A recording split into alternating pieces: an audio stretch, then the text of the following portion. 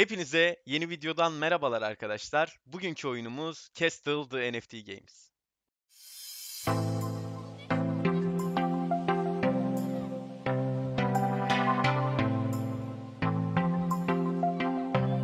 Evet arkadaşlar, Castle the NFT Games'i zaten daha önce kanalımızda anlattık. Oyunu biliyordunuz. Oyun çok uber bir hype almış durumda. Hatta önceki yaptığımız çekilişleri hatırlarsınız. Minster Pack veriyorduk biz arkadaşlar. 20 dolardı bu o dönemde. Benim bunu dağıttığım dönem 20 dolardı. Şu anda paketin fiyatı 140 dolara çıkmış durumda. Evet, 20 dolara dağıttığımız paketler o dönemde herhalde 10 tane kadar dağıtmıştık. O 10 tane kadarı 20 dolara satan vardır. Belki tutan vardır. Tutanlar şu an 139 dolara en ucuzu satabilirler diyorum. Şimdi bugün de yayınımızda tabii ki çekilişimiz olacak. Her gün saat 9'da Twitch'te canlı yayındayız. Bunu unutmayın. Her zaman sizlere bir sürprizimiz olabilir. Şimdi oyunun sezon 2'si geldi arkadaşlar. Lumberjack geldi. Yani bu lumber'ları craftlayabileceğiz artık. Gördüğünüz gibi sezon 2 trailer Get Hyped Lumberjack. Şöyle bir bakalım. Daha önceki videoda bahsetmiştim. Zaten Lumberjack'in geleceğinden, neye yaradığından ama şimdi de şöyle güzel bir şekilde üstünden geçelim.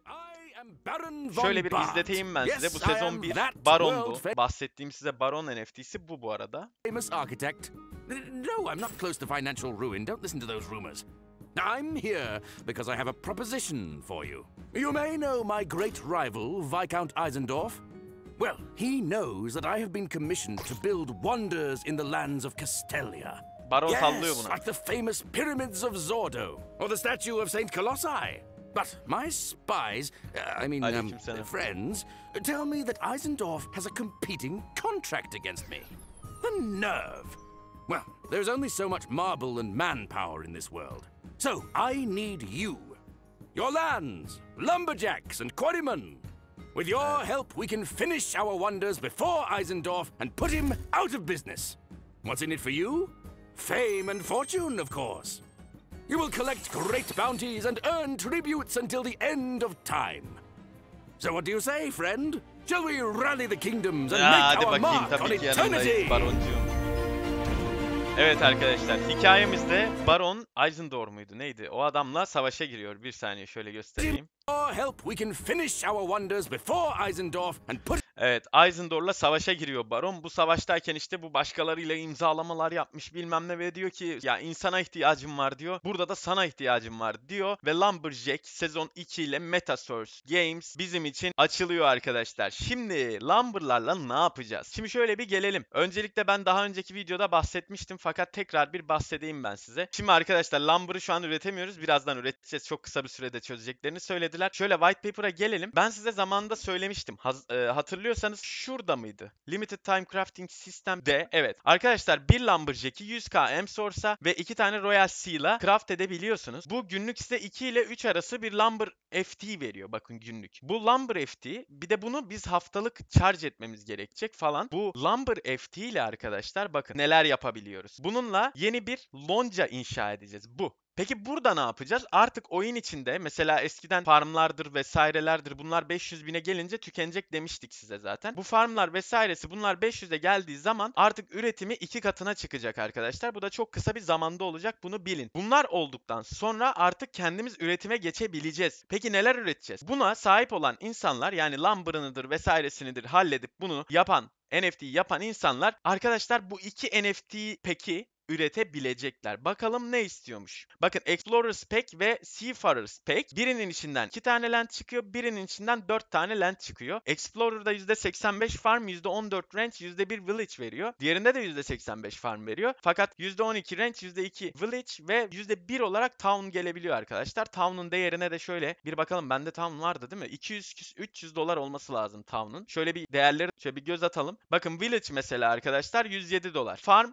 15 dolar. Town 300 dolar. Yani tabii ki bundan sonrası da City yani. Bunu oyun içinden şey yapabiliyorsunuz, merge'leyebiliyorsunuz. Bu da 925 dolar değerinde bir NFT arkadaşlar. Bunlar için genel bir bilgi verdik. Peki nasıl olacak? Üretimi nasıl olacak? Şimdi buradan arkadaşlar Lumberjack'lerle yani şu Lumberjack'lerle biz üretim yapabileceğiz. Bu Lumberjack'lerle bakın gördüğünüz gibi Lumber FT, Lumber NFT. NFT olarak bu Lumber'ları satabileceksiniz. Fakat bu Lumber'ları buraya yolladığınız zaman yeni bir oyun içerisinde coin, Rune Source diye bir coin çıkacak arkadaşlar. İleride dungeon'lar çıkacak. Dungeonate Expansion. Yani bunlar geçerli olacak. Ve burayı yapmak için tabii ki de Lumber gerekiyor. Explorers Guild'i yapmak için Lumber gerekiyor. İster burayı yapıp paket üretmeye başlayıp paket satabilirsiniz. İsterseniz de Lumber üretip Lumber'ınızı direkt satabilirsiniz. Ama bunu yapmak için tabii ki de öncelikle Lumberjack'e ihtiyacınız var. Onu da buradan 14 gün boyunca craft edebileceğiz. 14. günün sonunda arkadaşlar kimse craft edemeyecek Lumberjack'i. Ne kadar sürecek onu bilmiyorum ama uzun bir süre Lumberjack NFT'si olmayacak. Bu da ne demek oluyor? Çok değerli olacak demek oluyor. Şöyle bir chart'ına gelelim. Alcor'dan. Görüyorsunuz arkadaşlar. Şu anda 21K'ya vurmuş durumda. 21K'dan 174.000 tane satılmış hatta. Benim elimde 300K var. 200 tanesini çekeceğim. Oyun bomba gibi geliyor.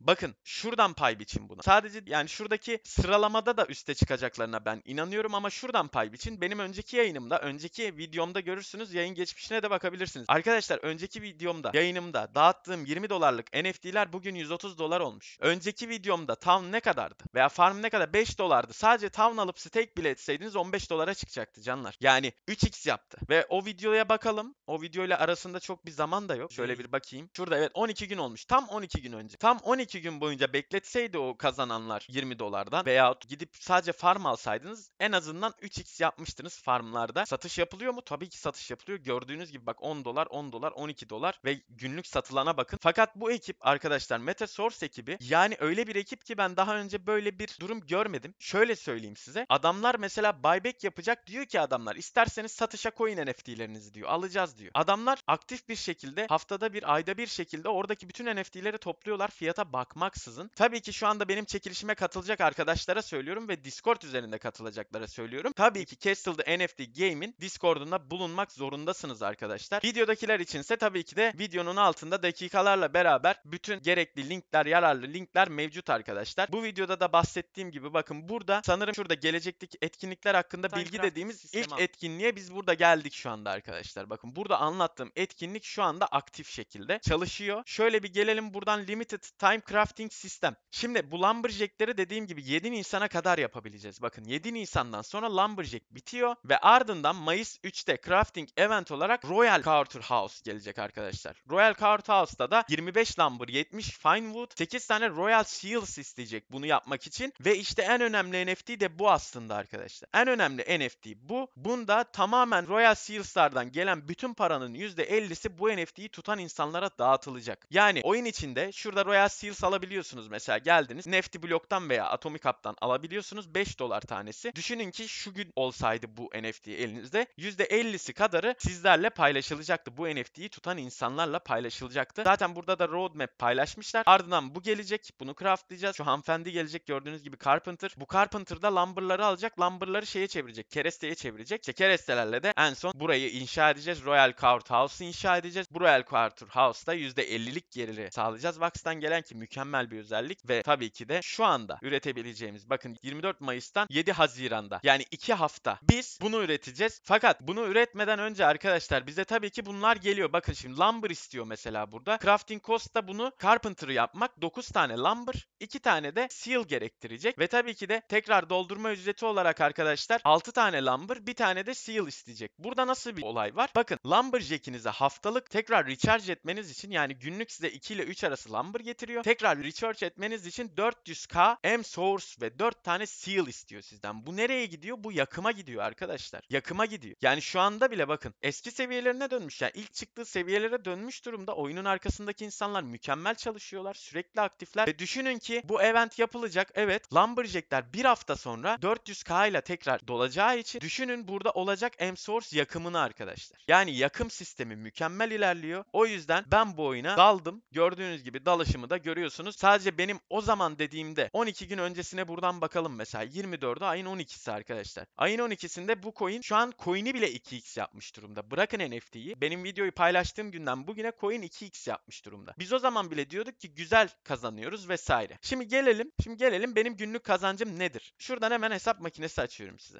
1470 tane benim saatlik kazancım varmış buradan. 24 saatte bunu çarparsak arkadaşlar 35.000 adet M-Source üretiyorum ben günlük. Peki bu 35.000'i şu anda buydan versem ne kadar olacak? Bakalım. 65 Vax arkadaşlar günlük. 65 Vax coin kaç TL diyorum direkt. TL hesabı yapıyorum yani. 65 Vax coin günlük 300 lira. Günlük 300 lira kazanıyorum şu an ben buradan.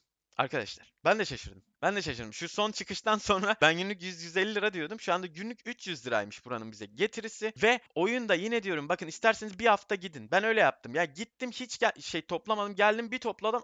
Oo, hepsini almış. Yani kendisi çalışıyor oyunun. Öyle 24 saatte bir gir topla diye bir şey yok. Koy git abicim bir hafta sonra gel claim et. Claim'in burada zaten toplanıyor senin için. Allah bereket versin arkadaşlar. Yani böyle bir oyun fırsatı ben bilmiyorum şu anda herhangi bir oyunda var mı? Tabii ki var. Nasıl var? Çok daha yüksek yatırım ve çok daha büyük risk gerektiren oyunlar var. Yani şuradan baktığınız zaman zaten siz de kendiniz de görürsünüz. Fakat Castle'da NFT Game kendini stabil hale getirmeye çalışan, coin'ini yükseltmeye çalışan, community'sine değer veren çok büyük bir oyun arkadaşlar. Bu videoda söylediğim hiçbir şey yatırım tavsiyesi değildir. Herkesin kendi riski, kendi kararıdır. Ama 12 gün önce bu oyuna yatırım yaptıysanız bugün en az 2x yaptınız. Sadece coin bazlı. NFT'leri konuşursak çok daha büyük fiyatlar. Yani şöyle diyeyim NFT'ler direkt 3x, coin 2x yapmış durumda. Tamam 2 tane üretiyorum arkadaşlar. Hadi hayırlı uğurlu olsun diyorum. Bu arada videodaki arkadaşlara da söylüyorum. Şu anda Craft'a geldik. Buradan hem source'larımızı hazırladık. Royal Seal'larımızı hazırladık ve craft ettik. Şu anda ilk Lumberjack'imizi, 2 tane Lumberjack'imizi almış durumdayız. Şükürler olsun. Lumberjack'lerimize bir bakalım geldiler mi NFT olarak. Evet gelmişler. Raffle ticket'larımız da yanında gelmiş.